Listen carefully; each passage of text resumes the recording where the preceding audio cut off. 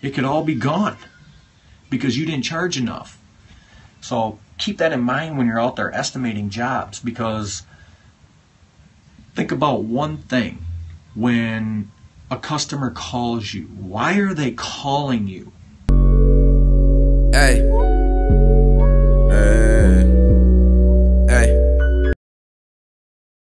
All right. Well, they do need us, that's for sure. But they got money. They got money. Okay? So that's the bottom line. That's the mindset you have to have when you're going to estimate any property, for like any property manager, any townhome association, any residential customers. You have to have the mindset they called you. You didn't call them. You didn't come up to their door and go, here's an estimate. I just took it upon myself. Although there are times you can do that. I mean, Stanley Genadek, Dirt Monkey, he actually spoke about it in one of his YouTube videos where, he's saying, make a letter, which is a brilliant idea, I think. Make a letter, okay? Make a bunch of copies and go to these townhome associations and pass them out to every single homeowner. If you know what you're talking about and you know what kind of service you provide, I mean, if it's a high quality type service, yeah, stand your ground. Let's say it's a $40 yard or something, right? I mean, and they're trying to get you down to 35 because my last guy, forget it. You say, well, maybe you need to call your last guy.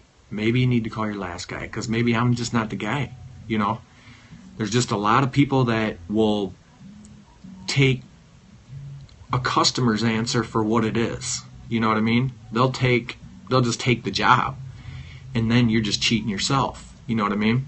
You could lose it all because you made one slip up and now you think that's the way to go to get jobs, Then you're just basically running yourself into the ground. You are going to have challenges that will test your will to stay in this type of business. I mean, because it is really only for, people with great work ethic. I mean, if you know deep down your stuff, you know about landscaping, you know about fertilization, you know about shrub trimming, you know about lawn mowing, core aeration. I mean, if you know all that stuff and you're conveying that to the customer, money will be the last thing you talk about. And it always should be. It always should be. You know what I mean? I mean, number one, they called you, right? There you go. They called you. That means they have money. They have money. Whatever your model is for your business, stick to it. Because if you know your numbers, like, hey man, I got employees, I got insurance, I got fuel, I got taxes, okay? You know your numbers like that. You need to mold it, on a per job basis. So stick to your guns, stick to your pricing and your business model, which would suggest that you're an expert. You know everything about this because, first of all, like I said, they're calling you, so they look at you as an expert. So if you know your stuff, you know all these services, it's going to be easy for you to sell. Maybe you're not a great talker. That's fine. That will come in time. But just knowing the services alone, that will set you apart from your competition in a heartbeat. Try not to have, and this might be me kind of preaching, I don't know. Try not to have a one service mindset on what you want to do.